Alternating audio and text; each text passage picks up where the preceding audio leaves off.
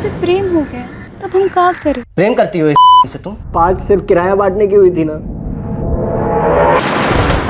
औरत का दिल का चीज है ना, कभी समझ नहीं पाओगे। खरीद रही हो उनका? समझदार को इशारा काफी है।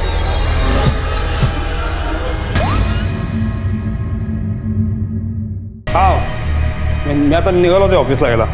हो संध्याकाळी मग नंतर तुला मी कॉल करतो. मग आपण तिथं स्टेशनच्या आसपास भेटूयात. चालेल? Okay bye bye.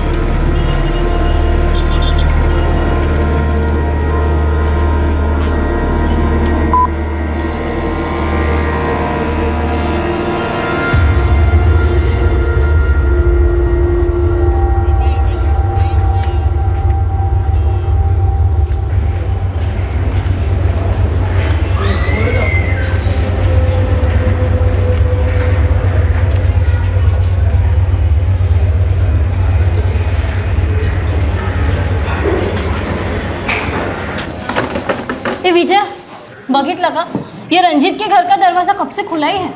सुबह दूध आने के टाइम से ही खुला है दरवाजा सुमन। अरे मैं आधे घंटे पहले बाजार गई ना, तब से खुला है। कहीं लॉक किए बिना कहीं चले तो नहीं गए? देखो तो।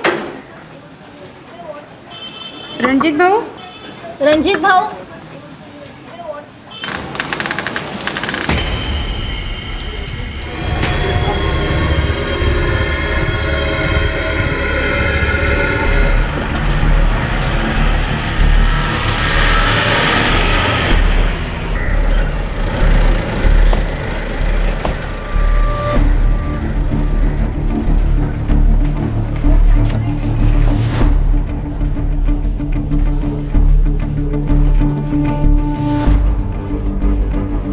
सर सांस नहीं चल रही।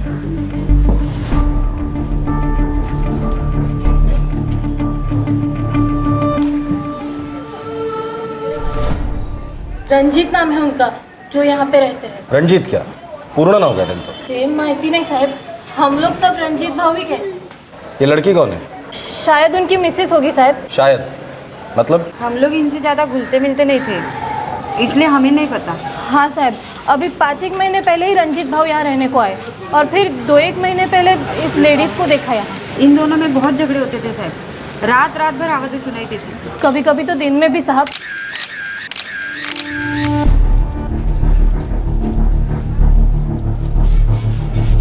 घर मालिक कौन है? प्रशांत बंसोड़े करके है, खजूरवाड़ी रहते हैं। ये रंजीत का मोबाइल नंबर है किसी के पास? कहाँ काम करता था पता है? कम से कम घर मालिक प्रशांत बनसोड़े का तो नंबर होगा किसी के पास? माझ्याकडे आहे साहेब, मैं अभी लाया। सर पूरे घर में ऐसा कुछ भी नहीं मिला जिससे लड़की की पहचान हो सके। कोई कार्ड कोई डॉक्यूमेंट कुछ भी नहीं। हाँ ये है। यही रंजीत है? हो साहब। साहेब ये बनसोड़े का नंबर है।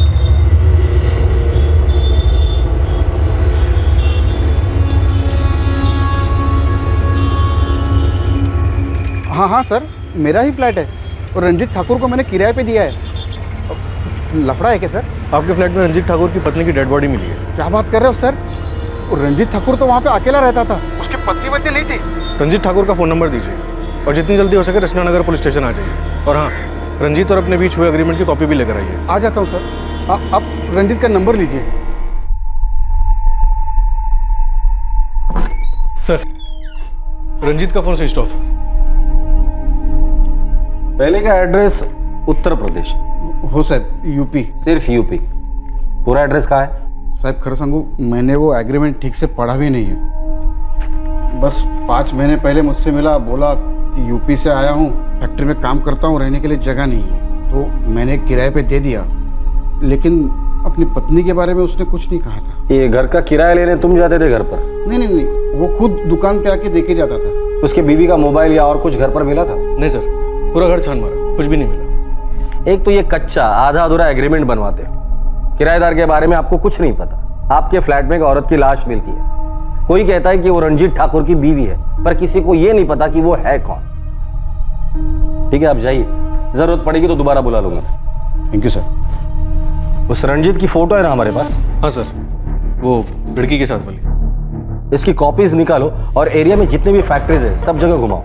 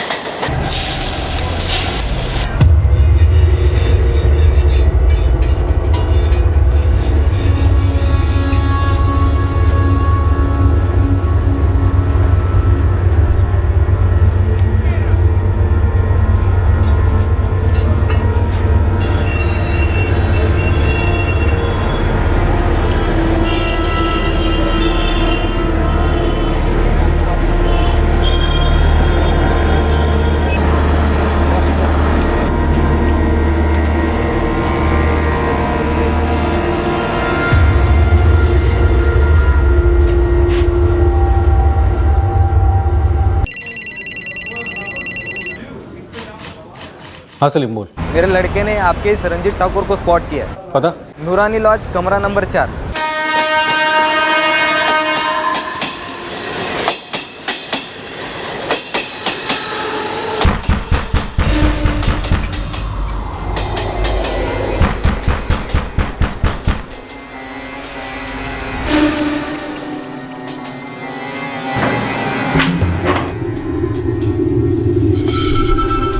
रंजीत ठाकुर कहाँ भाग रहा था? साहब कहीं नहीं, हम तो डर के मारे छुपे हुए थे यहाँ पर। चल, डराते हैं तुझे। साहब हमारा बात मानिए, हम सही बोल रहे हैं। कब कहाँ क्या कैसे हुआ हमको कुछ नहीं मालूम है। कुछ तो मालूम होगा तुम्हें, वरना इतने डरते क्यों? साहब हम नाइट शिफ्ट करके थके हारे घर लौटे थे। दरवाजा ठोके तो पहले से खुला हुआ था। तो देखे तो साहब हमारा होश ही उड़ गया। साहब जब हम वहाँ पहुंचे तो उसका सांस चल रहा था। वो जिंदा थी और तुम भाग गए वहां से? साहब हम इसीलिए दरवाजा खुला छोड़ देते, कोई ना कोई देख लेगा, उसको हॉस्पिटल पहुंचा देगा। साले, वो मर गई है रंजीत ठाकुर। क्या? नौटंकी बंद कर दे। तूने तेरी बीवी का मर्डर किया है गला घोट कर, और वहां से भाग निकला था ये सोचकर कि वो मर गई है। नहीं नहीं साहब, हम उसको नहीं मारे। नहीं, वो हमारी पत्नी थी। अच्छा, कौन थी वो? लक्ष्मी, लक्ष्मी मौर्य।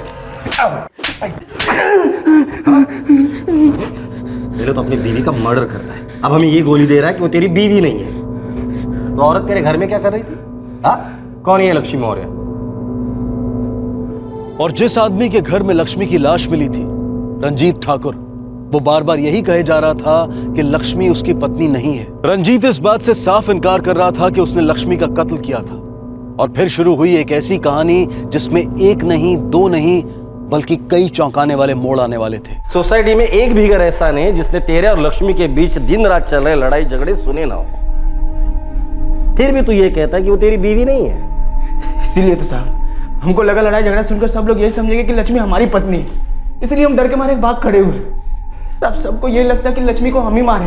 हाँ, हमें भी यही लगता है। नहीं नहीं साहब, हमारा बात मानिए, हम सच कह रहे हैं। हमने नहीं, प्रदीप ने लक्ष्मी को मारा है। अच्छा, कौन है ये प्रदीप?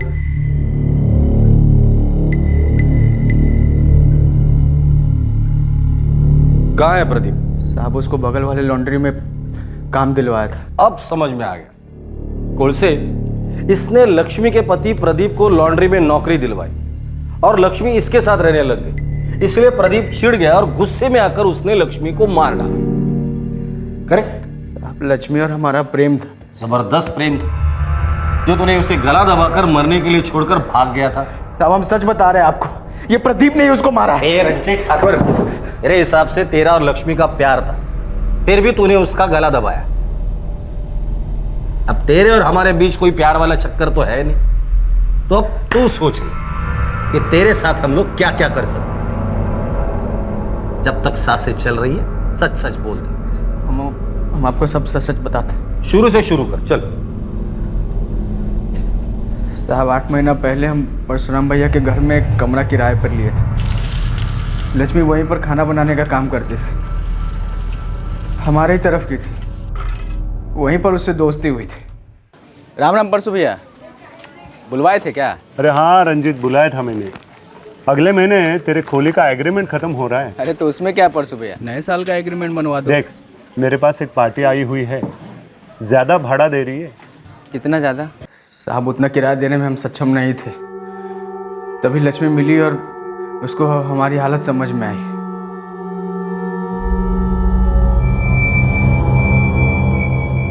आपकी चाय।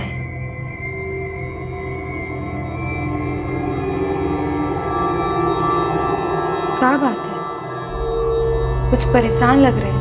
परसु भैया एकदम से बम फोड़ दिया हमारे ऊपर। बोल रहे खोली का किराया बढ़ गया, इतना पैसा कहाँ से लाएं? आप बुरा न माने तो एक ठो बात बोले। हाँ लक्ष्मी बोलो। वो कहा है ना, हम और हमरे पति कुछ दिन पहले यहाँ पे एक घर किराए पे लिए हैं। 2 ठो कमरा है उनमें। हम दोनों कमा रहे हैं, लेकिन फिर भी बहुत ही भारी पड़ा। आप अगर हमरे साथ रहना चाहे तो वो कहा है ना, भाड़ा बढ़ जाएगा, सभी के लिए अच्छा हो जाएगा। आप कहे तो हम बात करें का अपने पति से? हाँ हाँ जरूर बात करो, और उनसे पूछ लेना फाइनल किराया जितना भी होगा, फिर उस हिसाब से हम देख लेंगे। प्रदीप मान गया साहब, हमको भी आराम मिले। जितना किराया हम परसु भैया के दे रहे थे उससे 1/3 कम देना पड़ रहा था। हम प्रदीप और लक्ष्मी की खोली में आ गए रहने। थोड़ा ज़्यादा पैसा देकर उनके साथ खाना भी खाने लगे, और प्रदीप से अच्छी दोस्ती भी हो गई हमारी। हम एक तो कारखाने में मजदूरी कर रहे थे। प्रदीप एक हार्डवेयर की दुकान में काम करता था, और लक्ष्मी का खाना बनाने का काम चल रहा था। सब ठीक चल रहा था साहब, और फिर वो दिन आया साहब। उस दिन को तो आना ही था रंजीत।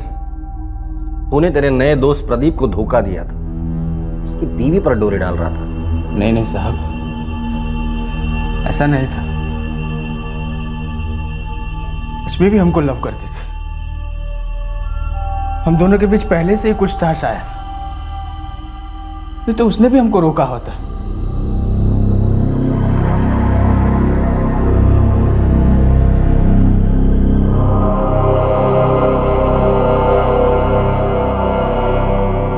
इसके पहले भी हमारा बात होता था।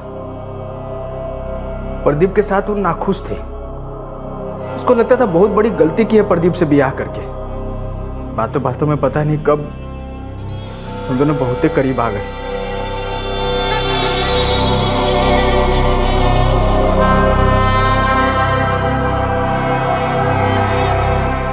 अगर प्रदीप को इस सब के बारे में पता चल गया ना,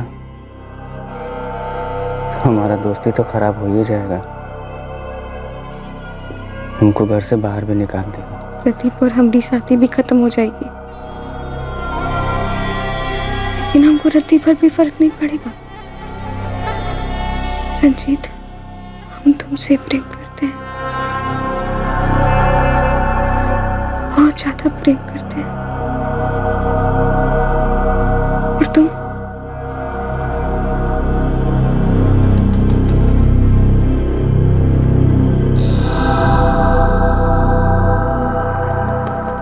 हम जब दोपहर में अक्सर घर आने लगे तो प्रदीप को शक हो गया था साहब, जिस बारे में हम दोनों को कुछ नहीं पता था।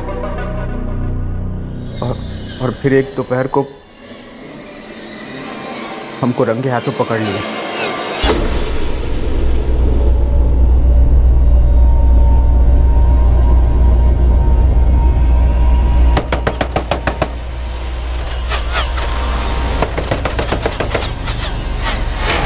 फिर बहुत हंगामा हुआ।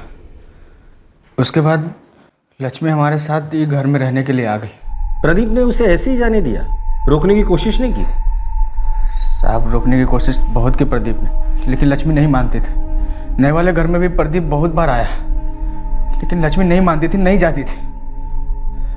वो खाली यही कहती थी, जिसके लिए दिल में जगह नहीं है उसकी जगह में दिल नहीं लगेगा। तो तेरे हिसाब से तू नाइट शिफ्ट पे था और दिल जला प्रदीप तेरे घर पर आया, लक्ष्मी का गला दबाया और भाग गया। हाँ साहब, यही हुआ है। प्रदीप नहीं मारा है उसको। रंजीत ठाकुर ने कत्ल का सारा जिम्मा लक्ष्मी के पति प्रदीप चौधरी पर धकेल दिया था। क्या रंजीत झूठ की डोर से अपने बचाव की चादर बुन रहा था? अब तक जो पुलिस ने सुना था वो एक तरफा कहानी थी, रंजीत की जुबानी। जाहिर सी बात थी कि प्रदीप चौधरी का कहना कुछ और ही था।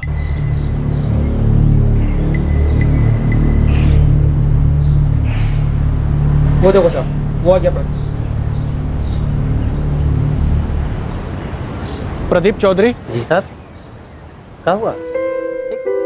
प्रदीप, तुम्हारे बिना हमारा मन कैसे लगेगा? और तुम्हारा मन लग जाएगा हमरे बिना वहाँ? हमारा मन कैसे लगेगा हुआ? मेरा मन तो तुम्हारे में लगा है ना। तो फिर हम क्या करें प्रदीप, तुम ही बता दो। देखो लक्ष्मी, ये गांव में रहकर हम दोनों का साथ रहना ना के बराबर है। और जो अगर भाग भाग के शादी कर लिए तो भी लोग पकड़ के पीपल के पेड़ पे लटका देंगे। हम क्या कहते हैं, लटकाने दो। साथ जी नहीं सकते तो क्या हुआ, साथ मर तो सकते हैं ना। ना प्रदीप, हम कोई मरना वरना तनी को पसंद ना है, और हम छोटी जाति के हैं, तो इनमें हमारी क्या गलती? फिर तुमसे प्रेम हो गया, तब हम क्या करें? दो ही रास्ता है लक्ष्मी, या तो हम गांव वालों के हाथों कट के मर जाएं, या फिर हम अपने माँ बाप के लिए मरे जैसे हो जाएं। मतलब भाग जाए। भाग जाए? ये सारा रिश्ता, नाता, माँ बाप, गांव, सब कुछ छोड़ के आ जाए? तैयार हो? हाँ, हम तैयार हैं। प्रदीप, चलो हम अभी चलते हैं। प्रदीप, हम सच कहते हैं, हमको खाली तुम्हारे साथ जिंदगी बितानी है। हम दोनों एक दूसरे की नैया पार लगाएंगे। हम मांझी होंगे एक दूसरे के। ना, हम एक ही नैया में जाएंगे और हम दोनों उस नैया के मांझी होंगे। न डूबने देंगे, न किसी को डुबोने देंगे। साहब, एक नंबर का झूठा आदमी है रंजीत ठाकुर, और लीचड़ भी। हम और लक्ष्मी गांव छोड़ के इतनी मुश्किल से यहाँ आए, दिन रात एक करके अपना छोटा सा घर बनाए। वही रंजीत साहब, रंजीत बीच में आकर सब बर्बाद कर दिया। रंजीत खुद तुम्हारे घर आया था या लक्ष्मी उसे लेकर आई थी ताकि किराया बांटा जा सके? साहब, बात सिर्फ किराया बांटने की हुई थी ना, औरत बांटने की तो नहीं हुई थी ना।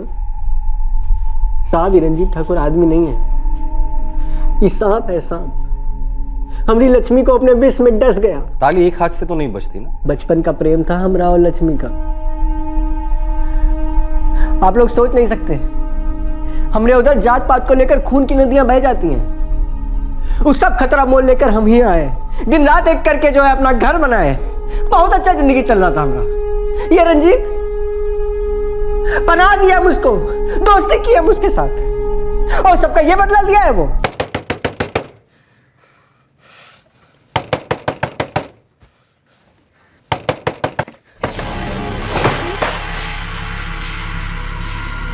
वाह रंजीत, वाह वाह, बहुत बढ़िया खेल खेले यार तुम, हैं? और तू लक्ष्मी, तू तो कहती थी कि दोपहर को इसलिए करावत है काहे कि सर में दर्द होवत है। तू इलाज करती है का? दरवाजा बंद करके गोद में सर रख के दवाई खिलाती है, मालिश करती है कि सर की? प्रदीप, ऐसा कुछ नहीं। भैया तुम तो कुछ बोलबे ना करो। देखो अब तक जो हो गया उनके बारे में हम कुछ नहीं कर सकते, लेकिन हाँ आगे से ऐसा नहीं होगा। भैया तुम अपना सामान वामान बांधो और निकलो यहाँ से, हो गया तुम्हारा बस। प्रदीप हमारी बात सुनो ना एक बार। क्या कहोगी तुम? प्रेम करती हो इससे तुम? और तू बहरा है का?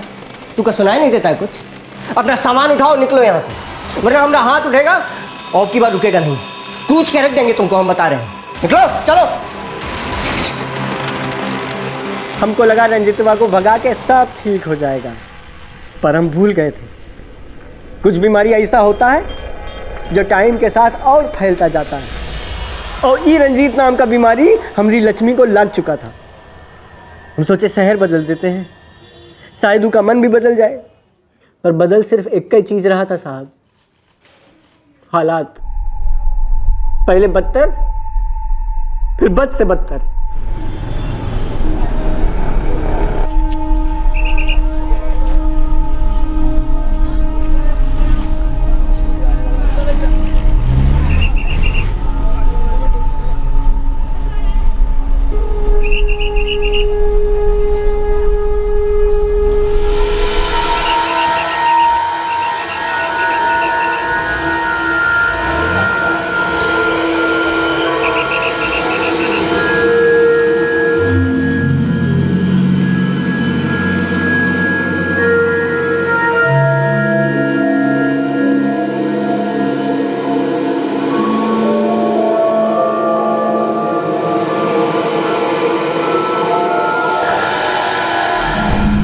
हेलो, लक्ष्मी, लक्ष्मी कहाँ हो तुम?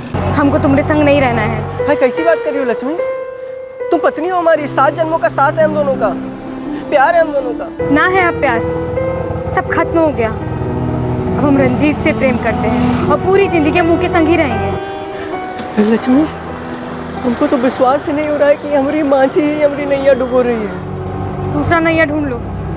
तुमको पता है हमको डूबना पसंद नहीं है। और हाँ प्रदीप, जहाँ रहो खुश रहो। जिंदगी की नाव से हमको बाहर फेंक दिया साहब। हम तो सोचे थे हम दोनों एक दूसरे के मांझी होंगे, जीवन एक साथ पार लगाएंगे। वो एक बार ये भी नहीं सोची कि उसके बिना हम जिएंगे या मरेंगे।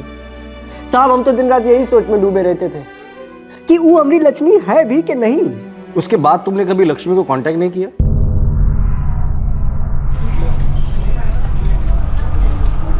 नहीं साहब, याला तर कधीच नाही बघितलं। और अगर यहाँ आता भी होगा, रहता भी होगा, तो हमें कुछ नहीं पता। मेरे सवाल का जवाब नहीं दिया प्रदीप। तुमसे अलग होने के बाद क्या कभी लक्ष्मी को मनाने तुम रंजीत के घर पर गए थे या कॉल किया था? हाँ साहब, उसके बिना तो हम जिंदा लाश जैसे हो गए थे साहब। हम रोज उसे मिलने का कोशिश करते, फोन करते। हम डूब गए रे लक्ष्मी, कुछ नहीं हमारे पास। न किराया देने के लिए पैसा, न पैसा कमाने के लिए नौकरी, न नौकरी ढूंढने का ताकत। सब खत्म हो गया, बेजान है हम। कहीं कूद जाए, कोई ट्रेन के नीचे आके कट जाए, बताओ कैसे खत्म करें इधर? या एक काम करो, तुम ही हमको आके कोई नदी में धक्का दे दो। तुम क्या बात कर रहे हो प्रदीप? सब ठीक हो जाएगा। तुम ऐसा घाव दी हो ना कि अब कुछ ठीक नहीं होगा। हमारी बात सुनो, हम तुमको घर का किराया दे देते हैं। बोलो कहाँ मिलने आए हम तुमसे? प्रदीप इलो।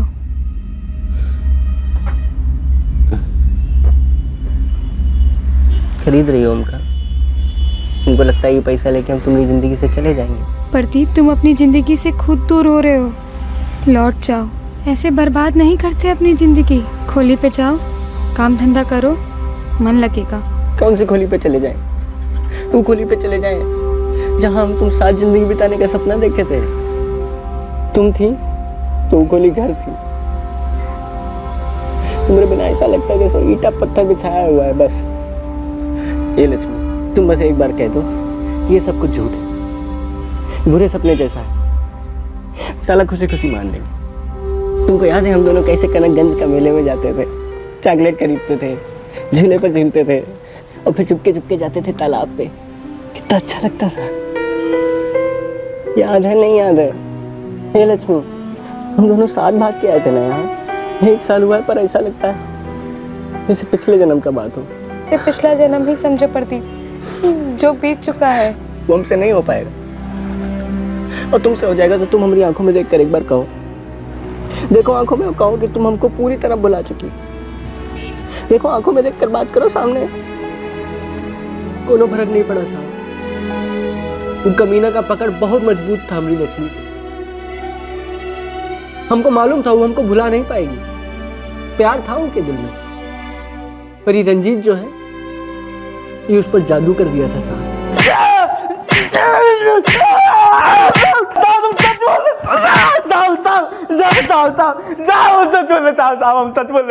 साहब हमारा बात मानिए। वो प्रदीप हमको फंसाने की कोशिश कर रहा है, अपना जुर्म हमारे सर पे डाल रहा है साहब। सुन, तेरा एक भी पड़ोसी ऐसा नहीं है जो ये कह रहा हो कि उसने कभी प्रदीप को तेरे घर आते देखा या जाते देखा है। साहब उनको तो ये भी नहीं पता कि लक्ष्मी का नाम लक्ष्मी। अब उनकी बात पे भरोसा नहीं कीजिए साहब। अच्छा, तो तेरे इस झूठ पे यकीन करें हम लोग? अब झूठ हम नहीं, झूठ प्रदीप बोल रहा है और जी रहा है। उसको चिढ़ था कि लक्ष्मी हमारे प्यार में पड़ गई। हमारे साथ वही करना चाहता था जो उसको लगा कि हमने उसके साथ किया।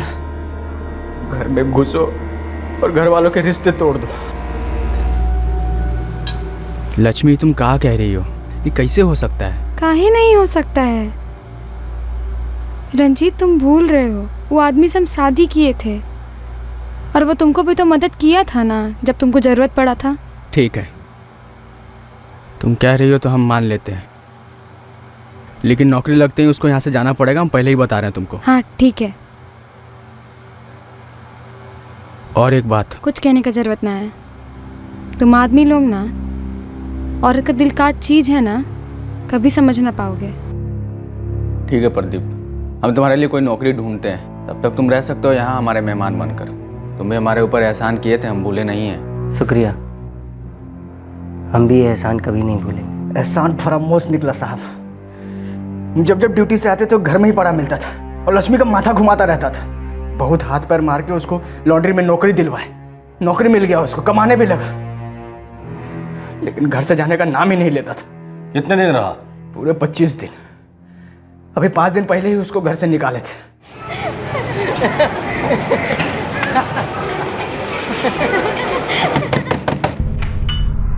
अरे आवा आवा भैया, रंजीत आवा। कौन है? अरे तोरा आदमी है, घर का मालिक है, रंजीत ठाकुर है, और कौन? लॉन्ड्री का मालिक को मिला था हमको रास्ता पर, कह रहा था 1 हफ्ता में दूसरी बार छुट्टी मार दी हो तुम। लेकिन उस ससुरा तुमको ही नहीं बताया होगा कि पिछले 4 दिन हम 16-16 घंटा काम किए कुत्ता जैसा। रंजीत, तुमरी भी चाय चढ़ाई देखा? हाँ, हमरी भी चाय चढ़ा दो, और आज आखिरी बार हम दोनों के लिए चाय चढ़ेगी। कल से इस घर में सिर्फ हमारे लिए ही चाय चढ़ेगी। क्या बात है? हमारे मेहमान का ना दिन भर गया है, ये अपना बोरिया बिस्तर समेट के निकल रहे हैं यहाँ से। ये भैया रंजीत, ये लक्ष्मी तुम हमारी बात समझ में नहीं आ रहा तुमको? हैं? जो बोल दिए ना तो बोल दिए। चल सामान उठा अपना और निकल यहाँ से। लौट के कभी आना मत यहाँ पर, निकल। साहब आप उनकी बात का भरोसा मत कीजिए। पड़ोसी जो बोल रहा हो पत्थर का लकीर तो नहीं हो सकता है ना। ये प्रदीप हमारे घर पर लगभग 25 दिन रहा था और लक्ष्मी को हमसे दूर करने का कोशिश करता रहा था, इसलिए हम उसको घर से बाहर फेंक दिए। और वो लौट आया और उसने लक्ष्मी को मार डाला, जिससे वो इतना प्यार करता था, जो उसकी बीवी थी। लक्ष्मी उसको छोड़ चुकी थी। मनी मन हमको अपना पति मानते थे। उनको दर्द देने के लिए, हमको फंसाने के लिए प्रदीप ने लक्ष्मी को मारा है। साहब लक्ष्मी के लिए हम अपना घर छोड़ दिए, गांव छोड़ दिए, कभी कोई दूसरी लड़की की तरफ आंख उठाए तक के नहीं देखे। सर वो जानती हमने तुमने हमसे झूठ क्यों कहा? तुम रंजीत के घर पे रह रहे थे और रंजीत ने तुम्हें घर से इसलिए बाहर निकाला क्योंकि लक्ष्मी को फिर से जीतने की तुम कोशिश कर रहे थे। फिर से? साहब, पत्नी थी हमारी वो। तुम रंजीत के घर पे 25 दिन रहे या नहीं? रहे। और बताइए हम क्या करते? हमारी लक्ष्मी कैद में थी उसकी, वो हमसे प्यार करती थी।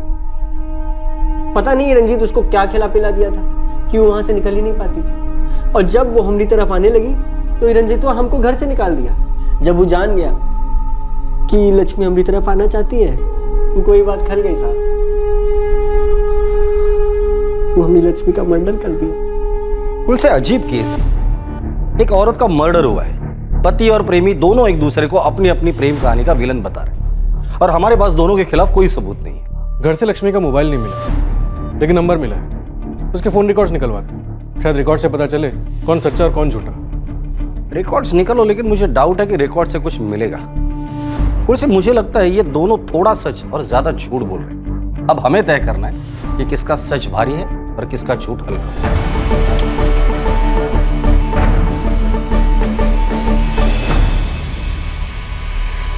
सर आप सही कह रहे थे, फोन रिकॉर्ड से कुछ भी नहीं मिला। लक्ष्मी इन दोनों से बराबर बात करती थी। इंस्ट्रूमेंट की लोकेशन क्या कहती है? इंटरेस्टिंग है सर, इंस्ट्रूमेंट की लोकेशन से हम खूनी तक पहुंच सकते हैं। थोड़े से जल्दी करो, मुझे किसी भी कीमत पे सबूत चाहिए। कुछ भी करो, लेकिन लक्ष्मी का मोबाइल ढूंढ निकालो।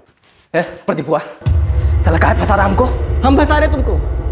हम तो अपनी लक्ष्मी के साथ एक चैन का जिंदगी जी रहे थे। जहर बन के तुम हमारी जिंदगी में आ गए। अरे कुछ बचबो किया था तुम्हारे बीच, हम बीच में घुसे हैं। अरे हम लक्ष्मी का सहारा बने थे। तुम सांप बन के रेंगते हुए हमारे घर में घुसे, फिर बेचारी लक्ष्मी के दिल में घुसे। वो बेचारी मासूम को कहाँ मालूम था तुम सांप निकलोगे। और तुमको कोनो अंदाजा भी है कितना गहरा प्रेम था हमारा और लक्ष्मी का? कितने सालों से साथ थे हम दोनों। और क्या हुआ उसके बाद? उसके बाद भी वो हमारे प्यार में पड़ गई। यही चीज तो हजम नहीं कर पा रहे थे तुम, और आज भी नहीं कर पा रहे हो। तुम दोनों के बीच का रिश्ता कब का खत्म हो गया था? कुछ खत्म नहीं हुआ था और ना कभी खत्म होगा। तुम हमारी और लक्ष्मी की जिंदगी बर्बाद किए हो ना, जब तक तुम बर्बाद नहीं हो जाते कुछ खत्म नहीं होगा रंजीत।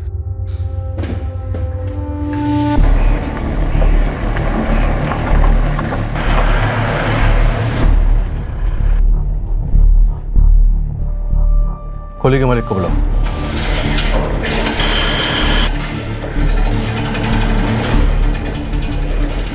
रणजित ठाकूर कधीपासून काम करतो इकडे? साहेब वो 7-8 महीने से काम कर रहा है साहब। ये रंजीत ठाकुर की काम पर आने की और यहाँ से वापस जाने की पूरी एंट्री रिकॉर्ड चाहिए मुझे, अभी के अभी।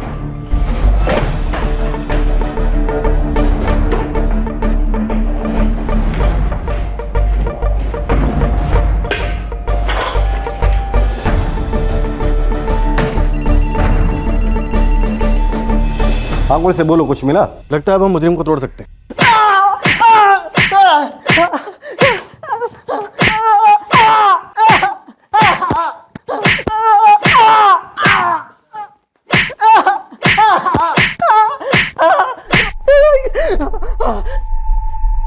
इसे पहचानता है? तेरी बीवी लक्ष्मी का फोन है, तेरे घर से मिला हमें। जब लक्ष्मी का कत्ल हुआ था तो रंजीत फैक्ट्री में काम कर रहा था और उसकी बदकिस्मती ये तभी वो घर पर पहुंचा, जिससे हमें ये लग रहा था कि खून उसी ने किया है।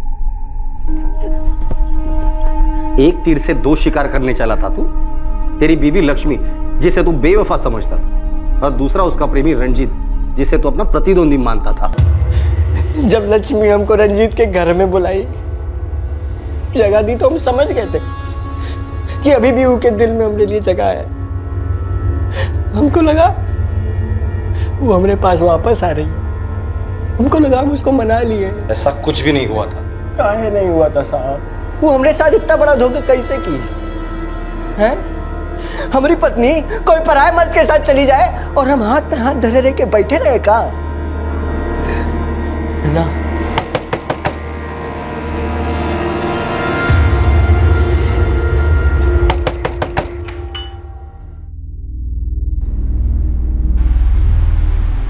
प्रदीप, अब तुम जाओ यहाँ से। रंजीत का आने का वक्त हो गया है, जाओ। कितनी अजीब बात है ना,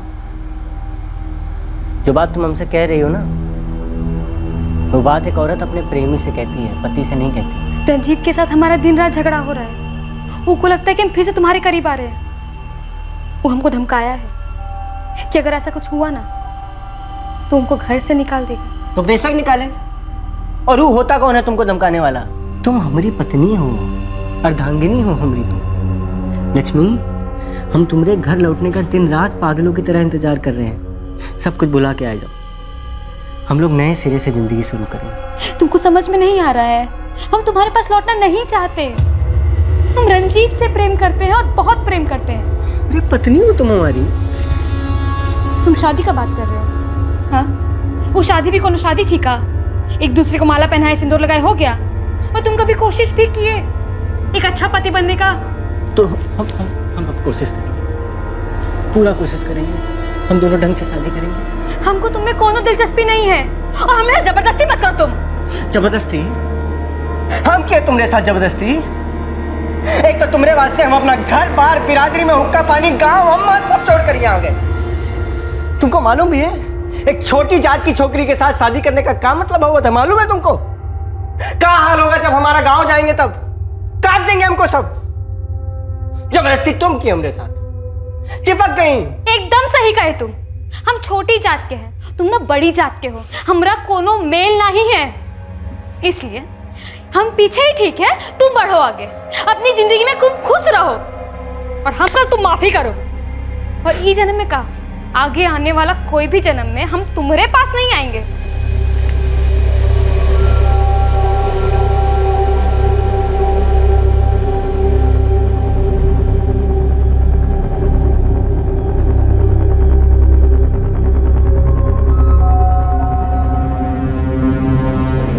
उस दिन जब हम वहां से निकले तो हम रास्ते में रंजीत को देखे। हम समझ गए कि वो घर ही जा रहा है। तब हमरे दिमाग में ये बात खनकी कि सबको शक उसी पर होगा जो बर्बाद किया हमारी जिंदगी, उसका जिंदगी भी बर्बाद होके रहेगा। वो पहले हमारी प्रेमिका थी साहब, फिर पत्नी बनी। हम उसके लिए जान न्यौछावर करते थे साहब। उनको हमारे साथ ऐसा नहीं करना चाहिए था। रंजीत ठाकुर, तुम जा सकते हो।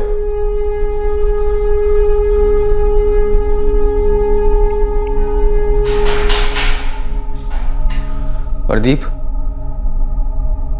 लक्ष्मी हमको माझी और नाव वाला बात बताई थी। तुम समझे काहे नहीं?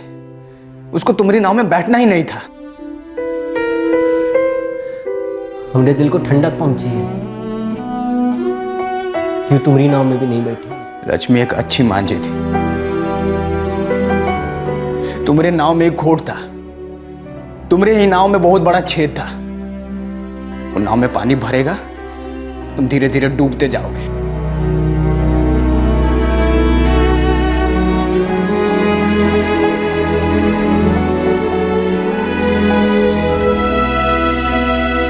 तीन प्रेमी न सिर्फ प्यार में पड़े हुए बल्कि प्यार में जले हुए, आकर्षण की एक ऐसी आग से घिरे हुए जिसने उन तीनों को तबाह कर दिया। मशहूर हॉलीवुड अभिनेत्री लॉरेटा यंग ने कहा था, love isn't something that you find, love is something that finds you.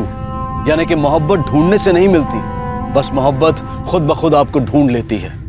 लेकिन जब ये मोहब्बत अलविदा कहे तब प्रेमी करें तो क्या करें? प्रेमियों के बर्ताव पर नैतिक टिप्पणियां करना उचित नहीं। मोहब्बत वाकई लोगों को दीवाना बना देती है, लेकिन अगर ये दीवानगी जुर्म की नाव पर सवार हो जाए और उस नाव को आगे बढ़ाने के लिए कत्ल को अपना चप्पू, अपनी पतवार बना ले, तो या तो ये नाव डूबती है या फिर एक ही मंजिल पर आ पहुंचती है, जो है कानून का घाट। इस कहानी में लक्ष्मी को भी दोषी मानना आसान है, शायद स्वाभाविक भी। वो प्रदीप के प्रेम में थी और दोनों काफी जोखिम उठाकर शहर भाग आए थे, घर बसाया था। और फिर लक्ष्मी को रंजीत से इश्क हो गया। इश्क पर कोई जोर नहीं होता। इश्क में पड़ना और किसी के लिए इश्क खत्म हो जाना ये कोई गुनाह नहीं है, ये एक स्वाभाविक इंसानी फितरत है। बेशक सामने वाले को दर्द होता है, लेकिन इस दर्द का इलाज जुर्म तो नहीं हो सकता, और कत्ल तो कतई नहीं। सबसे समझदारी इसी में है कि जो आपके साथ नहीं चलना चाहता उसे अपनी राह पर जाने दे। वो जिल्लत, वो दर्द, वो ठुकराए जाने का घाव समय शायद भर दे, लेकिन जुर्म कभी नहीं।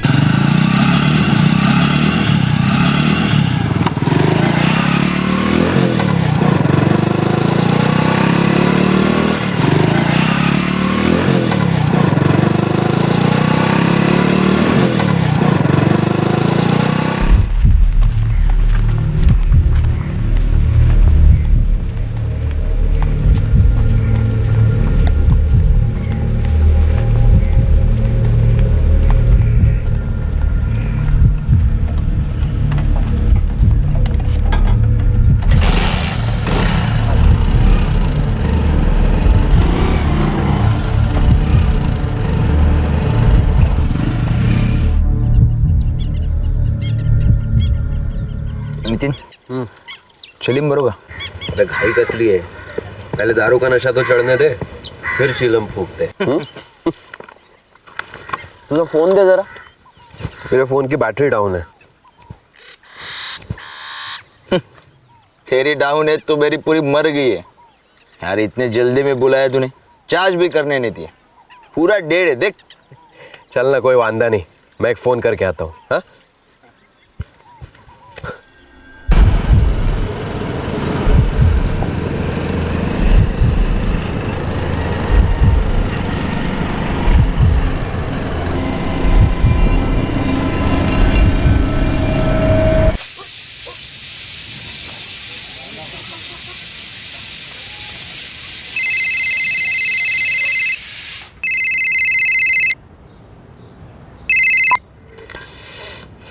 हाँ बोल नितिन. मनोज साथ है मेरे. मार दो उसे. फिर से एक बार सोच लो वैशाली, दोस्त है मेरा. पण माझा दुश्मन. जास्त विचार नको करू. मारून टाक त्याला. ठीक है.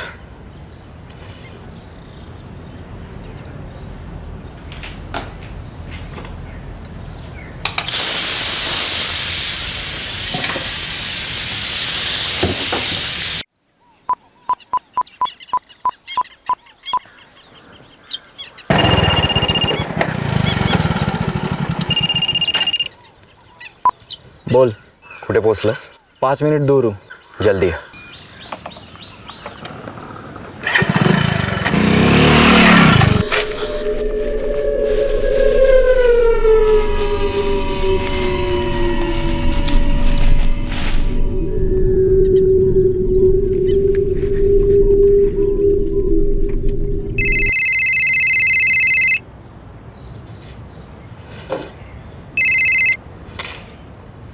हाँ बोल. काम झालं. बर.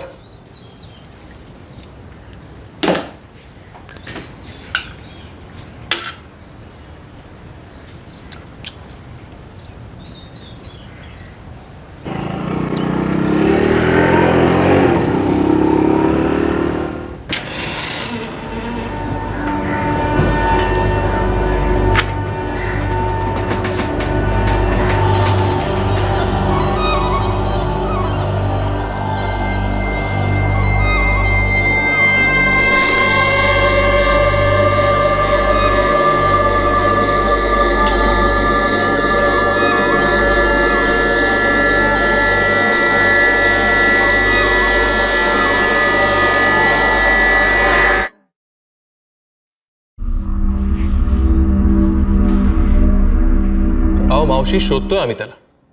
देखिए फोन रिकॉर्ड के हिसाब से 14 सितंबर को मनोज आप ही के काशीबाई चौल में था और उसके बाद से उसका फोन बंद आ रहा है. पण साहेब आज 2 दिवस झाले, मेरे भाई का अब तक कुछ पता ही नहीं चला. साहेब भले ही वो दिन भर बाहर रहता है लेकिन रात में घर आता ही आता है. दिन भर कहाँ होता है ये तो बताता नहीं होगा ना. काम वाम तो कुछ करता नहीं था. पूरी चौल में फेमस था गंजड़ी होने के लिए. दारू पी के दंगा करता था. हाँ साहब हम मना नहीं कर रहे हैं, लेकिन जैसा भी है आखिर है तो इंसान ही ना. और अब उसने ये सारे लफड़े काफ़ी कम कर दिए हैं. नौकरी पे भी जाने लगा है. मैं हात जोडता हूँ साहब, माझ्या भावाला शोधून काढा. अरे शोधतोय बाबा, लेकिन इन सब में टाइम तो लगता है ना. देखो जैसे ही हमें कोई खबर मिलेगी हम लोग आपको कॉल करके बता देंगे.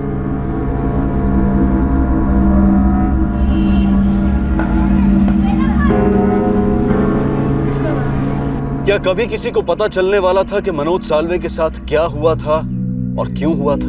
क्या कभी किसी को पता चलने वाला था कि मनोज के कत्ल से दरअसल एक चक्र अपने आप को पूरा कर रहा था? दरअसल मनोज साल्वे के मर्डर के बारे में तब सवाल उठे और जवाब भी मिले जब एक दूसरा केस अपना चक्र पूरा कर रहा था. ये अनिल कस्बे मर्डर केस की सुनवाई अगले महीने की 24 को होगी.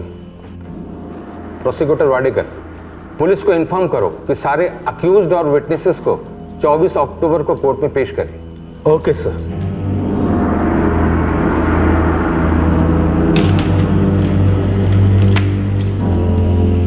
तीन आरोपी थे. हो साहेब, शेखर मेश्राम, मुजीब शेख आणि मनोज साल्वे. ये फाइल क्राइम ब्रांच को भेज दो और इंस्पेक्टर संदीप चिखलेकर से कहो कि 24 अक्टूबर को अनिल कस्बे केस की हियरिंग शुरू होने वाली है. सारे एक्यूज को इन्फॉर्म करे और ये भी देखे कि कोई एक्यूज्ड विटनेस पर दबाव तो नहीं डाल रहा है। सॉरी सर, एक बात पूछनी थी। अनिल कस्बे केस के इन्वेस्टिगेटिंग ऑफिसर तो तारदुर पुलिस स्टेशन के पीआई शिरके थे। हाँ मुझे मालूम है, लेकिन शिरके अभी छुट्टी पर है, तब तक संदीप चिखलेकर ही ये केस संभालेंगे। समझ ला सर।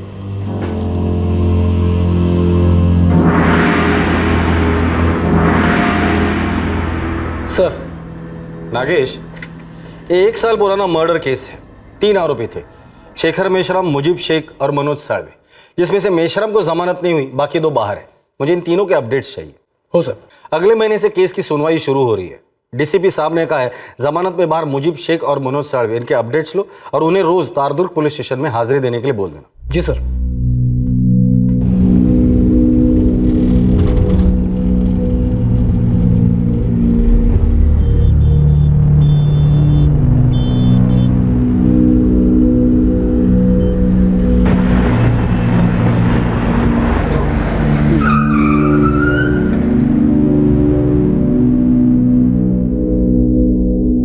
Barrack number 4। हाँ, बेल नहीं हुई उसकी।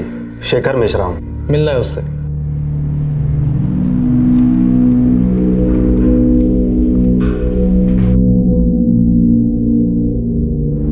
ठीक है, लेके जाओ सर। 1 मिनट साहब, क्या बात है? मेरी जमानत होने वाली है क्या? ना, तेरा केस ट्रायल पे आ रहा है, तैयार रहना। साहब मेरी बेल करवा दो ना साहब। वो दोनों तो टांग दे गए।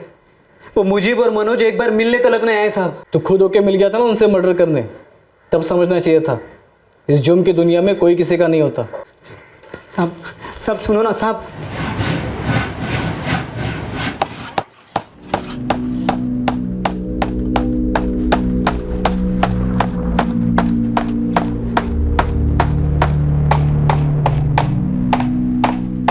मुजीब शेख। आप कौन? Crime branch. क्या हुआ साहब? अगले महीने के 24 तारीख से तुम्हारे केस की सुनवाई शुरू हो रही है। तारदुर्ग पुलिस स्टेशन में जाके रोज हाजिरी लगा रहे हो ना? जी साहब। एक भी दिन छूटा ना मुझे तो तुम्हारा काफी कुछ छूट जाएगा। क्या समझे? समझा साहब, समझा।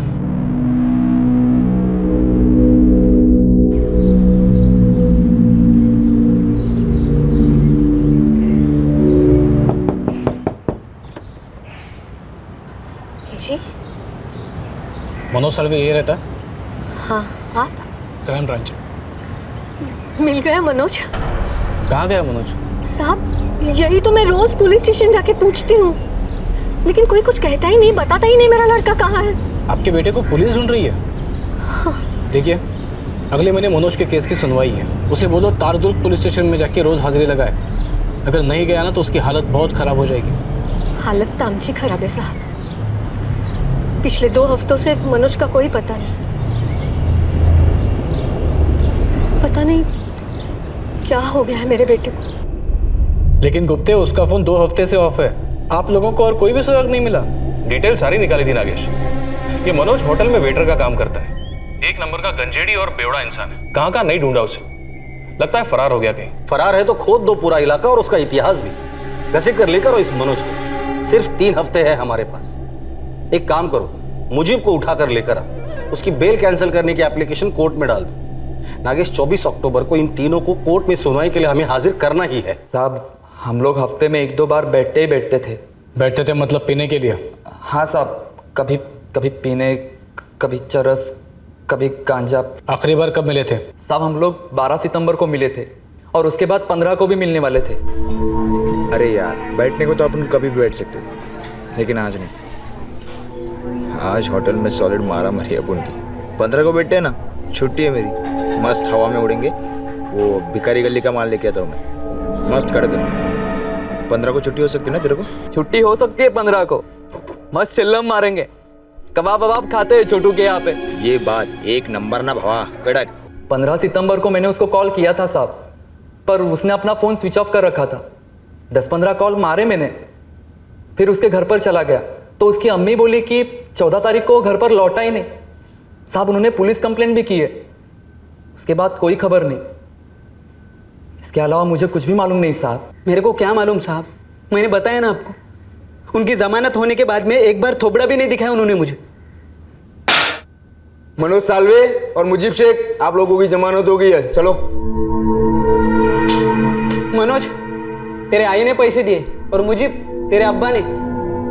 साला मेरे माँ बाप के पास तो खाने तलक के पैसे नहीं है। यार तुम लोग बाहर जाके मुझे छुड़ाओगे ना यहाँ से? अरे ये क्या पूछने की बात है शिखर, बस 2-4 दिन इधर आराम से काट तू, हम लोग छुड़वाएंगे ना तेरे को। क्या मुझे? और नहीं तो क्या, चल बे। हाँ चल। यार मनोज, मुझे भूलना मत रे। अरे ऐसे भूल गए मेरे को जैसे कि कभी हम साथ थे ही नहीं। इतने महीने हो गए, रोज सोचता हूँ आ जाएंगे आ जाएंगे। ये मनोज अगर कहीं फरार होना चाहता हो तो तेरे हिसाब से कहाँ भाग के जा सकता है? नहीं साहब, मेरा मनोज मुझे छोड़कर कहीं भाग नहीं सकता। गर्दुल्ले और शराबियों का रिश्ता सिर्फ नशे से होता है। साहब वो इतना भी गया गुजरा नहीं था, कमाता था, नौकरी थी उसकी। अच्छा, अब का है नौकरी? कौन से शहर में? साहब अगर हमें पता होता तो हम यहाँ रोते हुए आपके पास क्यों आते? पिछले 2 हफ्ते से रोज थोड़ा थोड़ा मर रही हूँ अपने बेटे के लिए। मैं हाथ जोड़ते साहब, उसे ढूंढ निकालिए। आपके रोने धोने से मेरा कोई लेना देना नहीं है, समझे? अगले महीने से मनोज की केस की सुनवाई शुरू हो रही, मुझे मनोज चाहिए। खुद सामने से चल कर आया तो ठीक है, वरना जिंदगी भर फरार होने के लायक नहीं बचेगा वो। तो साहब आप ढूंढिए ना उसे। देखिए हम भी यही चाहते हैं कि वो सामने आए, फिर चाहे सुनवाई हो या जो भी हो, हमें खबर तो रहेगी कि वो है कहाँ। और अगर मुझे खबर मिली कि मनोज कहाँ है, इस बात की तुम दोनों को खबर थी आणि आमच्याकडे नाटक करत होता, तो आप दोनों भी बहुत पछताओगे। सर, कॉल रिकॉर्ड के हिसाब से 14 सितंबर को मनोज साळवे के सेलफोन की आखिरी लोकेशन उसका घर ही था। आखिरी बार किससे बात हुई थी? कोई नितिन महाडिक है सर, वेल्डर है, इस मनोज का दोस्त ही है। मैंने कॉल किया था उसे।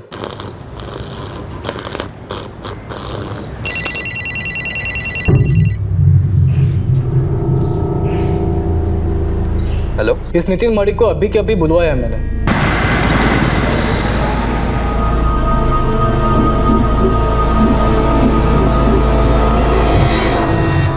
14 सितंबर को शाम 4 बजे तुम्हारी मनोज से बात हुई थी। हो साहब, वो मैंने उसे 5,000 रुपये उधारी दिए थे, मेरी पगार एडवांस लेकर। उसने बोला दे देगा, पर उसके बाद उसका फ़ोन ऑफ आ रहा था, घर पर भी नहीं था। साहब मैं बहुत परेशान हूँ, मेरे पैसे लेकर भाग गया साहब। कहाँ भाग गया तेरा दोस्त? साहब अगर मुझे पता होता तो मैं खुद जाकर उससे पैसे नहीं ले लेता। धोखा किया है साहब उसने मेरे साथ।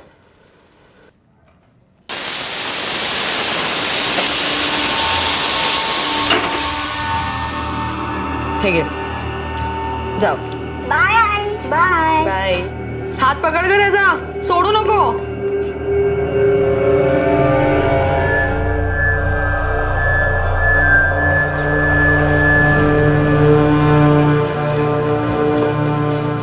मी सांगितलं होतं ना तुला कि अपने फोन से फोन मत करना। अरे दोस्त था मेरा वो, मुझे उसे मारने का मन नहीं था वैशाली। तो तुम्हें क्या लगता है मला हे सगळं करण्यात मजा आली?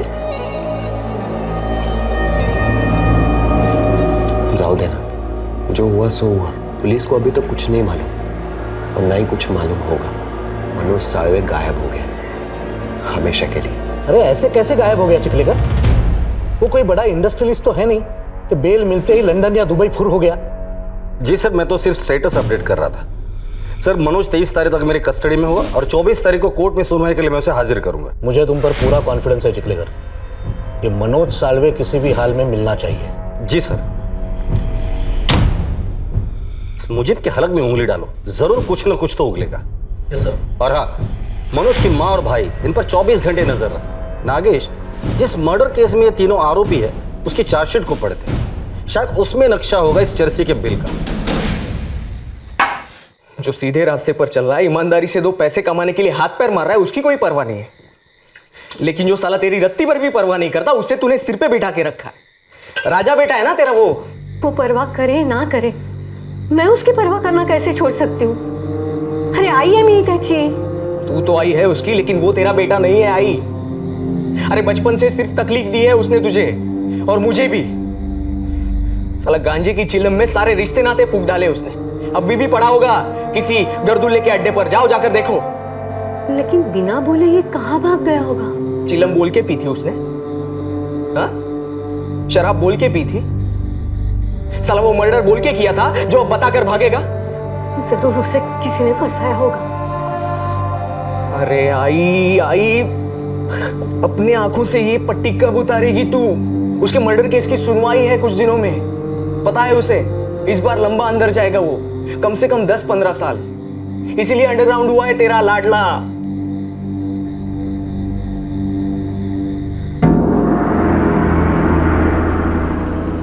मनोज साल्वे वाकई अंडरग्राउंड था, पर कहां और किस तरह उसे अंडरग्राउंड भेजा गया था ये सिर्फ वही जानते थे जिन्होंने उसे मारकर जमीन के अंदर दफन कर दिया था। क्राइम ब्रांच एक मर्डर केस में बेल पर छूटे एक आरोपी को ढूंढ रही थी। एक मां अपने बेटे के लौटने का इंतजार कर रही थी। एक दोस्त को ग्लानि हो रही थी कि उसने ना चाहते हुए भी एक दोस्त का कत्ल कर दिया था, और उससे कत्ल करवाने वाली औरत इस बात पर अटल थी कि मनोज साल्वे को मार डालने के अलावा और कोई चारा नहीं था। कौन से अधूरे चक्र की सच्चाई बयां होने वाली थी? कौन से राज का पर्दाफाश होने जा रहा था? सर, ये अनिल कस्बे मर्डर केस की चार्जशीट है, तारदुर्ग पुलिस स्टेशन ने फाइल की थी। ये तीनों, मनोज साल्वे, मुजीब शेख और शेखर मेश्राम, ये मुख्य आरोपी थे। 2014? Yes sir, 2014। 21 नवंबर 2014 अनिल कस्बे वय 27 एलकेएस बॉल बेरिंग कंपनी राखोड़ी से अपनी शिफ्ट खत्म करने के बाद बापट कॉलोनी लौट रहा था, जहां उसका घर था। राम राम म्हणके भाऊ, राम राम। पर मी काय म्हणतो, शनिवारी आ जाओ ना घर पे, छुट्टी है ना, तो आराम से गप्पा मारेंगे। और हाँ, वो जीवन बीमा पॉलिसी का भी देख लेंगे। जैसे अनिल कस्बे मालती गली से होते हुए बापट कॉलोनी की तरफ बढ़ा, तभी उस इलाके के 3 नामचीन व्यसनी उस गली में दाखिल हुए। इन तीनों को शराब और नशीली पदार्थ लेने के बाद कई बार आवारगी करते हुए देखा गया था। ओ, सिगरेटचे पैसे कोण देणार? हर बार की तरह फोकट में दूंगा मैं। ओ राव, कशाला भुगता है? लिख दो ना खाते पे। अरे खाता बीता गेला खड्ड्यात। पिछले 3 महीने से एक पैसा दिया नहीं तुमने खाते का। ओ पुरंदर काका, इतना पैसा क्या चिता पे लेके जाएगा? और हम लोग आज सिगरेट फूकते तो क्या बुरा करते?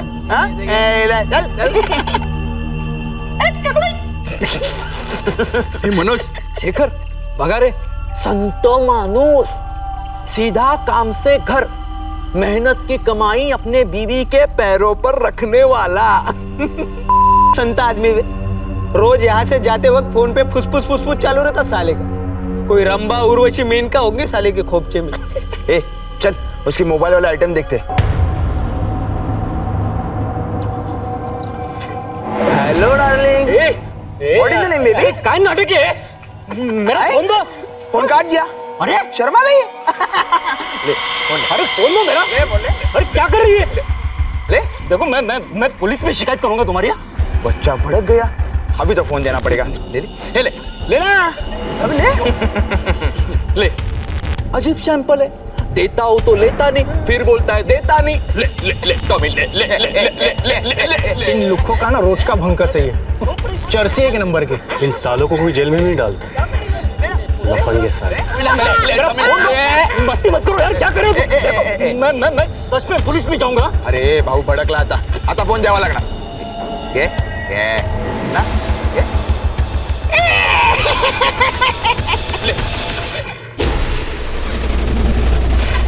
तो मेरा फोन दो, नहीं तो तुम्हें भी लाफा दूंगा मैं लास्ट टाइम बोल रहा हूँ, मेरा फोन दो। भला मारलस तू? आरोपी मनोज साल्वे, मुजीब शेख और शेखर मेश्राम को हमने ताबड़तोब उनके घरों से अटक कर ली। गवाहों में मौका वारदात पर पान की दुकान चलाने वाले पुरंदर शेवाड़े और धोबी वजाद अली ने तीनों आरोपियों की शिनाख्त कर ली। पोस्टमार्टम रिपोर्ट के अनुसार किसी भारी चीज से मारे जाने से ब्रेन हैमरेज हुआ, जिसके कारण अनिल कस्बे की मौत हुई थी। तीनों आरोपियों पर धारा 302 और 120 बी लागू की गई है और अनिल का शव उसकी पत्नी प्रियंका कस्बे के हवाले कर दिया गया। सर, ये मुजीब शेख को बहुत तोड़ा, लेकिन लगता नहीं कि उसे कुछ मालूम है ये मनोज साल्वे कहाँ छुपा है। हो सकता है कि मुकदमे के पहले ही मनोज को भनक लग गई है कि उसके और उसके दोनों साथीदारों के खिलाफ तगड़ा केस बनेगा। मनोज की मां बता रही थी कि मनोज घर से 14 सितंबर को बाइक लेकर निकला था, लेकिन उसकी बाइक कहीं नहीं मिली सर। हमने सब जगह ढूंढा, बाइक का एक पुर्जा तक नहीं मिला। ये माँ बेटे यशोदा साल्वे और प्रवीण साल्वे इस मनोज के बारे में कुछ न कुछ तो हमसे छुपा रहे हैं।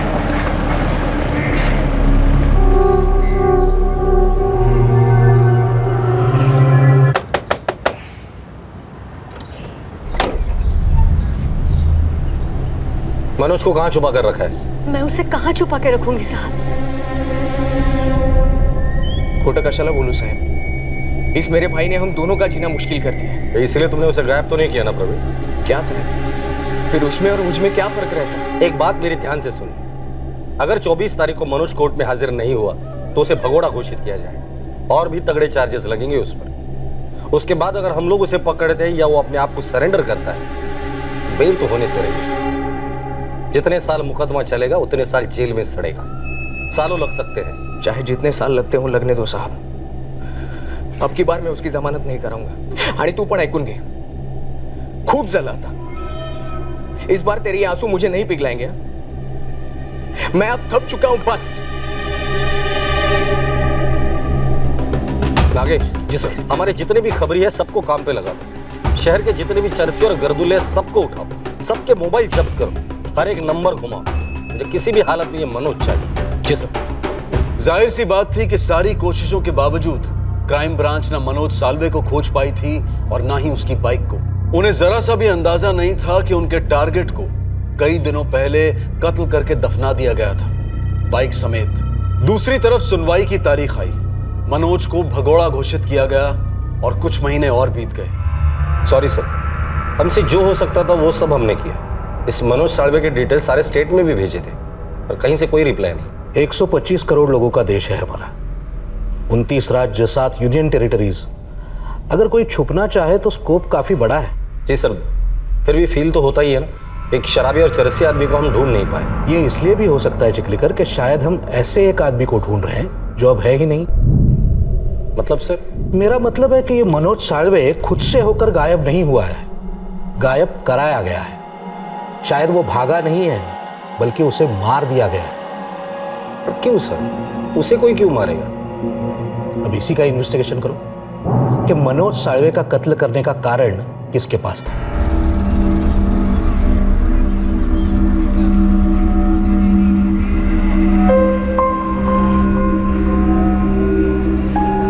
कशी आहेस वैशाली? बरी आहे। सोहम दिशा कशा आहे? First class. अपने नितिन को अच्छा जॉब मिल गया, सेट हो गया ना वो तो? हो। और तुम? चाललंय आपलं। नीलेश, तुमसे कुछ कहना था। बोल ना वैशाली। Thank you. येते मी।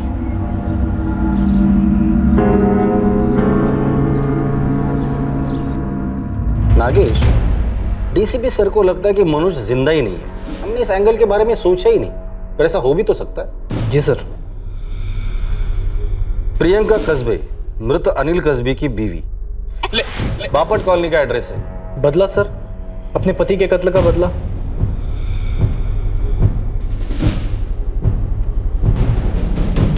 हाँ सर, मैंने भी सुना है उस मर्डर के बारे में, लेकिन हमें यहाँ आके 1 ही साल हुआ है।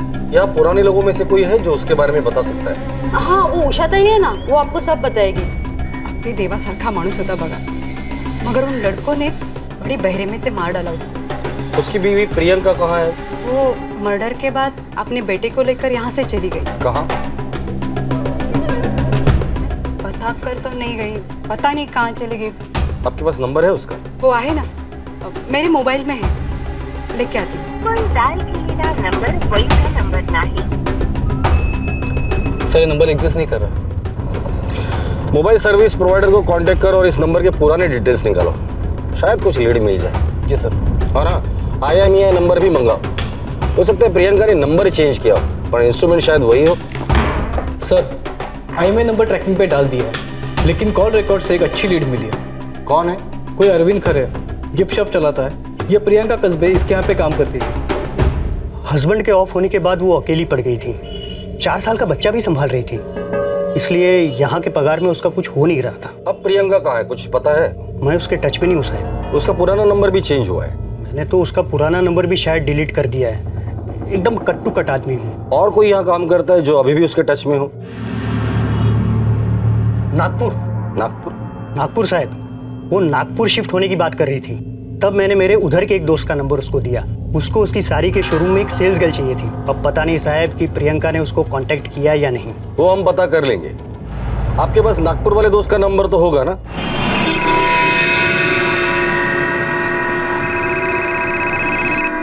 हेलो, नासिक क्राइम ब्रांच से PSI नागेश बोल रहा हूँ। प्रियंका कस्बे काम करती है वहाँ? जी बिल्कुल करती है। बात कराओ आपकी? जी नहीं, उसे मत बताना कि हमने फ़ोन किया था। ठीक है जी। अभी के लिए आप मुझे प्रियंका का मोबाइल नंबर दीजिए।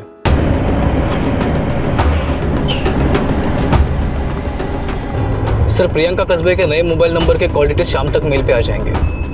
पहले मिलते हैं उसे फेस टू फेस, देखते हैं कितनी देर तक आंखों में आंखें डालकर बात करती है और कब आंखें चुराती है। मनोज साळवे नाम है उसका। ये नाम सुना था पुलिस के मुंह से। वो उन तीनों में से एक है ना? जी, मनोज को जमानत मिल चुकी है। क्या ये बात आपको पता है? नहीं पता सर, और जानकर भी मैं क्या करती। आखिर दर्द से किसी को जमानत मिलती है क्या? बिल्कुल सही कहा आपने, तकलीफ से भी कहाँ जमानत मिलती है। वैसे इतने छोटे बच्चे को लेकर यहाँ अकेली काफी मुश्किल हुआ होगा ना? कोई रहता है क्या यहाँ आपका? नहीं, यहाँ कोई नहीं रहता। तो आपका बेटा कहाँ रहता है? जब अनिल को मार दिया गया था तब मेरा बेटा सिर्फ 4 साल का था। मैं अकेले यहाँ नागपुर में उसकी देखभाल नहीं कर पाती थी, इसीलिए मैंने उसे नासिक में छोड़ दिया, मेरी ननद के पास। नासिक में कहाँ? वो MK रोड के पीछे ऋषिकुल कॉलोनी है, वहां रहती है। वैशाली महाडिक नाम है उनका। वैशाली महाडिक, वैशाली महाडिक। नागेश, मनोज का वो दोस्त जिसे मनोज को 5,000 रुपए लौटाने थे, जिसने 14 सितंबर को मनोज के साथ आखिरी बार फोन पे बात की थी। मैंने उसे 5,000 रुपए उधारी दिए थे, मेरे पैसे लेकर भाग गया साहब। नितिन महाडिक। वैशाली महाडिक? नितिन महाडिक। सर, कनेक्शन बन रहा है? हो भी सकता है, ऐसे भी हो सकता है कि सिर्फ सरने मैच कर रहे हो। एक काम करो, खबरियों को काम पे लगा दो, नितिन महाडिक की पूरी कुंडली निकालो।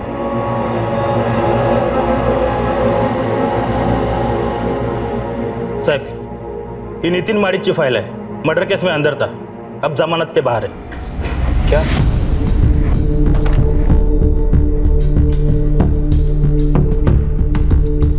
सर, मैंने अंजेवाड़ जेल के साथ कंफर्म किया है। ये नितिन महाडिक मनोज साळवे, मुजीब शेख और शेखर मेश्राम के साथ ही बराक नंबर 4 में था। ये नितिन भी मर्डर केस में ही अंदर गया था सर। जी हाँ, नितिन माडिक उसी बैरक नंबर 4 में था जिसमें अनिल कस्बे केस के आरोपी मनोज साळवे, शेखर मेश्राम और मुजीब शेख थे। सर, ये नितिन महाडिक 2015 में बेल पे छूटा, फिर उसकी शादी वैशाली महाडिक के साथ हुई। कनेक्शन तो बन रहा है सर। खबरियों से न्यूज आई है ये? जी सर, बेस्ट खबरियों को काम पे लगाया था। अनिल कस्बे की बहन वैशाली, उसका पति नितिन महाडिक मनोज साळवे का दोस्त है, और इसी नितिन ने आखिरी कॉल किया था मनोज को, और यहाँ आके बता रहा है कि मनोज उसके 5,000 रुपए लेकर भाग गया। अब कनेक्शन बन रहा है। बस ना? तब मी बघतो।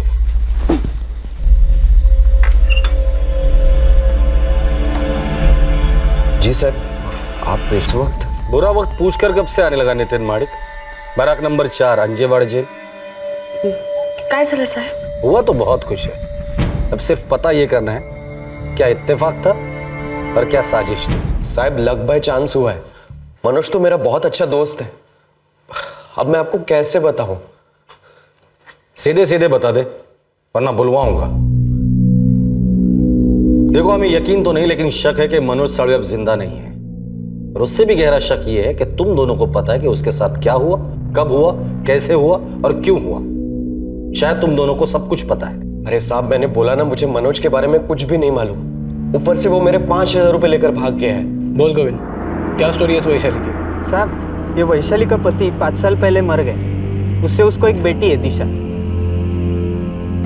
वैशाली का भाई अनिल कस्बे, उसने वैशाली को संभाला और दिशा को भी बड़ी करने में काफ़ी मदद की। और फिर अनिल का मर्डर हो गया। तब ये वैशाली का अफेयर नीलेश परब से हुआ। साहब, ये नीलेश वैशाली से शादी करने वाला था, लेकिन वैशाली को दूसरा हीरो मिल गया, मतलब ये नितिन महाडिक। साहब, ये नितिन वैशाली के पहले पति का दोस्त है। ये मनोज साळवे के मर्डर की क्या खबर है तेरे पास गोविंद? वैसे कोई डायरेक्ट खबर नहीं है, लेकिन एक बात है, ये जो नीलेश है वो नितिन का भी दोस्त है और वैशाली के भी टच में। मतलब ये सब एक दूसरे से मिलते रहते हैं। अरे नहीं साहब, लक बाय चांस हुआ है कि हम लोग एक दूसरे से जुड़े हुए हैं। कसम से बोल रहा हूँ, हमें नहीं पता कि मनोज कहाँ है।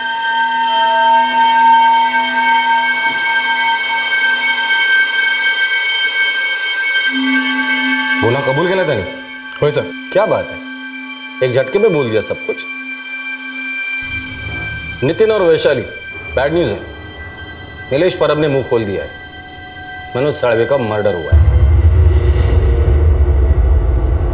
होशियार है नीलेश, उसे पता था मुंह तो खोलना ही है, तो पीटने के पहले ही बोल दो. अब तुम लोग डिसाइड करो, तुम लोग होशियार हो या बेवकूफ.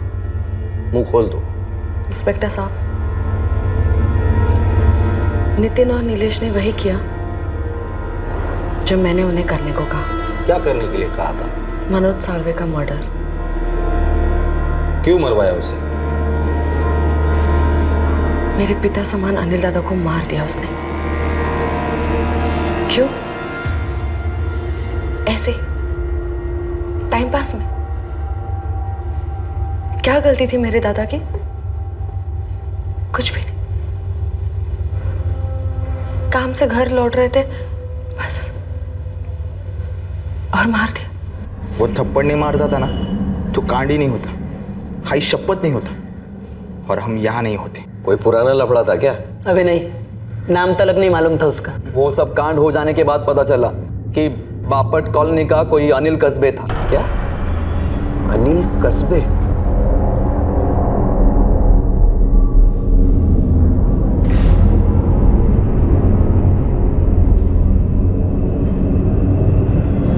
काय रे? काय झालं? वैशाली, तेरे अनिल दादा के साथ जो हुआ, क्यों हुआ ऐसे? माहित नहीं रे. मेरे सीधे साधे अनिल दादा को इतनी बुरी तरह से मार डाला. क्यों? क्या मिला उन्हें मेरे अनिल दादा को मारकर? वैशाली, मैंने तेरे से एक बात छुपाई है. मैं जब जेल में था, वो तीनों भी जेल में थे जिन्होंने अनिल दादा का मर्डर किया. हम लोग एक ही बारात में थे. बहुत अच्छी दोस्ती हो गई थी हमारी. क्या? होगा. और जिसने अनिल दादा को पत्थर मार के मार दिया, वो मनोज सालवे.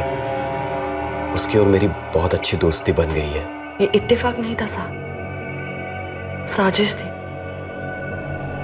मेरी नहीं, मेरे तकदीर की. तकदीर ने ही मुझे यह मौका दिया. मेरे दरवाजे पर दस्तक दी. बोले कि ये ले वैशाली, तुझे एक मौका दे रही, ले ले अपने भाई की मौत का बदला, पूरा कर दे अधूरा चक्र. मेरा शिकार मनोज साळवे बेल पर छूटा था, और मेरे पास एक हथियार नहीं, दो हथियार थे. नितिन और नीलेश.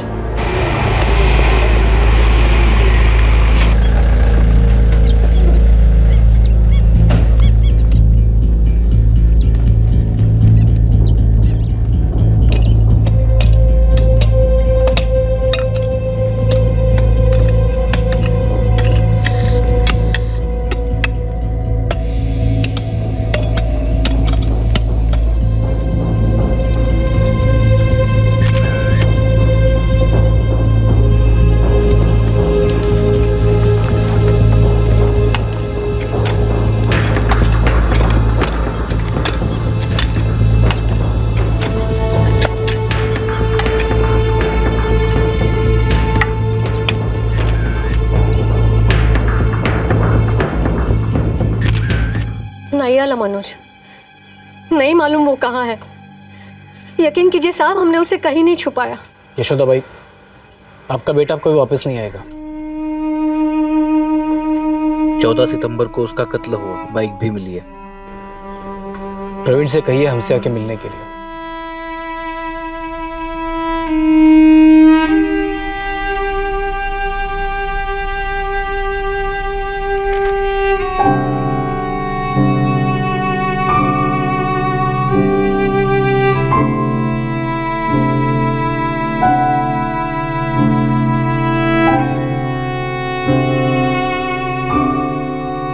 ये चक्र पूरा करना जरूरी था वैनी.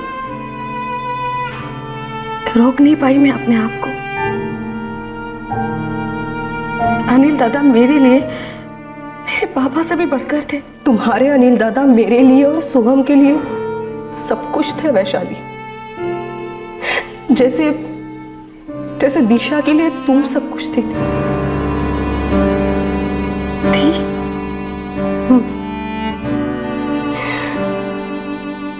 मैंने अपने पति को खोया, सोहम ने अपने बाबा को, तुमने अपने भैया को खोया और दिशा ने अपनी माँ को। ये चक्र पूरा हो गया वैशाली। जिस आदमी को मनोज ने मारा था, उसकी बहन के पति और उसके दोस्त ने मिलकर मनोज को मार डाला। जो जुर्म मनोज ने किया था उसका बदला उन्होंने लिया। काय चुकलं माझं? मुझे तब भी सजा मिली जब मनोज ने गुनाह किया था, और अब भी सजा मिल रही है जब वो अपने कर्मों का शिकार हो गया।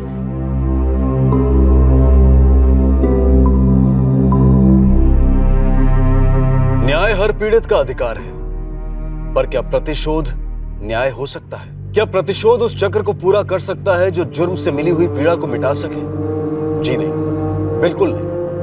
प्रतिशोध अपने साथ नई पीड़ाएं लाता है और अन्याय का सिलसिला बढ़ता जाता है। मुजरिमों को सजा देने के लिए कानून और सिर्फ कानून सक्षम है, पर जुर्म से मिले हुए दर्द से जायज तरीके से निपटने के लिए हम सबका सक्षम होना जरूरी है। शोक और मातम कानून की दहलीज में रहकर ही मनाया जा सकता है, साथ ही साथ संतुलन की दहलीज भी पार नहीं की जा सकती। बदले का जुनून कभी सुकून नहीं दे सकता। वैशाली की बेटी अब प्रियंका के साथ नागपुर में रहती है, जहां प्रियंका अब अपने बेटे सोहम को भी संभाल रही है। वैशाली नितिन और नीलेश पर आईपीसी की धारा 302 के तहत हत्या के लिए, धारा 201 के तहत सबूत मिटाने के लिए, धारा 364 के तहत कत्ल के इरादे से बंदी बनाने के लिए और धारा 34 के तहत कॉमन इंटेंशन के चार्जेस लगाए गए हैं। तीनों फिलहाल जुडिशियल कस्टडी में हैं। कल रात आपसे फिर मुलाकात होगी एक नए केस के साथ सीआईडी के एपिसोड के बाद। तब तक सुरक्षित रहें, सतर्क रहें और देखते रहें क्राइम पेट्रोल सतर्क। सबक एक को सीख हम सबको। जय हिंद। इस तरह के और भी एपिसोड देखने के लिए हमारे चैनल को सब्सक्राइब करें और बेल आइकन दबाना ना भूलें।